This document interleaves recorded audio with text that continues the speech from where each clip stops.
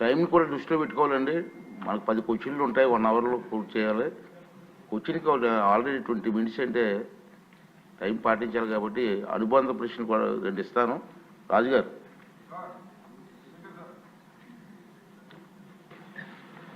శాసనసభాపతి గారికి ధన్యవాదాలు, నాకు సప్లిమెంటరీ అవకాశం ఇచ్చినందుకు. ఈ మంత్రివర్యులు ఇంకెంతంత ధనం అవసరమో వివరంగా చెప్పడం జరిగింది. నేను దాని గురించి ప్రస్తావించకుండా నేను ఒక క్వశ్చన్ ఏంటంటే, క్రీడలు అనేది చాలా అవసరం విద్యార్థులకి. ప్రభుత్వ పాఠశాలల్లో నేను చాలా పాఠశాలల్ని సందర్శించడం జరిగింది గత 1 నెల రోజులుగా. మంచి ప్రాంగణాలు, 1 ఎకరం మొదలుకొని 5-6 ఎకరాలు వరకు కూడా క్రీడా ప్రాంగణాలు ఉన్న జిల్లా పరిషత్ పాఠశాలలో నా నియోజకవర్గం, ఉండి నియోజకవర్గంలోనే సుమారు 35 ఉన్నాయి. సరైన ప్లే గ్రౌండ్స్ ఎక్కడా లేవు.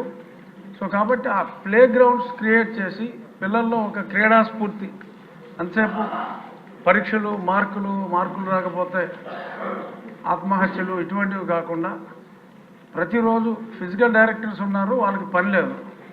సో ఫిజికల్ డైరెక్టర్స్ కూడా పని ఉండేలాగా క్రీడల్ని ప్రోత్సహించే మార్గం గౌరవనీయులైన మంత్రివర్యులు ఆలోచించే విధానం ఏమైనా ఉందా? ఈ విషయంలో నేను నా నియోజకవర్గంలో జన్మభూమి, చంద్రబాబు నాయుడు గారి జన్మభూమి స్ఫూర్తితో కొన్ని కార్యక్రమాలు చేపట్టడం జరిగింది.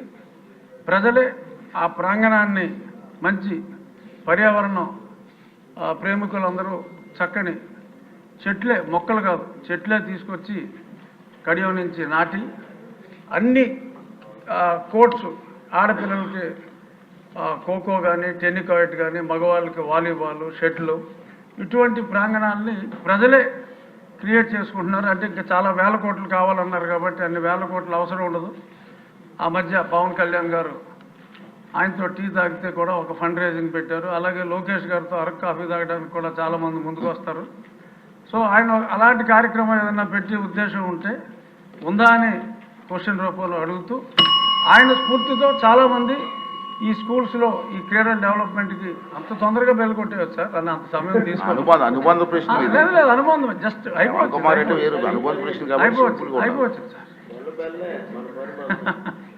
సో ఇటువంటి ఆలోచన చేస్తే లోకేష్ గారి స్ఫూర్తితో అన్ని ఊర్లలోనూ ఎటువంటి ధనం అవసరం లేకుండా వాళ్ళే చేసుకుంటారు. ఆ క్రీడా స్ఫూర్తి అనేది చాలా అవసరం కాబట్టి గౌరవనీయులైన మంత్రివర్యుల్ని ఆ దిశగా ఆలోచించమని కోరుకుంటూ మరొకసారి సమయం ఇచ్చినందుకు ధన్యవాదాలు. నరేంద్ర గారు నెక్స్ట్